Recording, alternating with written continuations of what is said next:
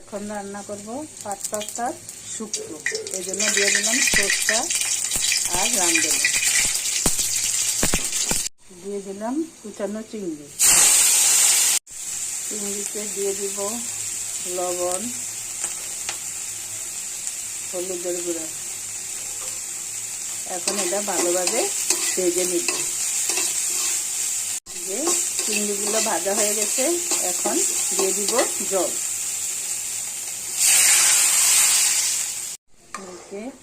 আমার জলটা ফুটে গেছে, এখন আমি পাট পাতাগুলো দিয়ে দিব।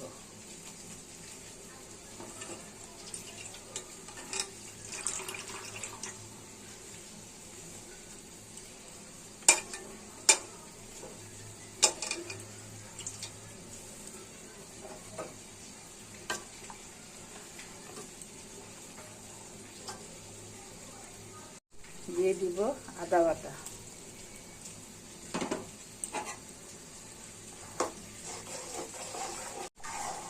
হয়ে গেছে আমার পাট পাতার শুক্তো।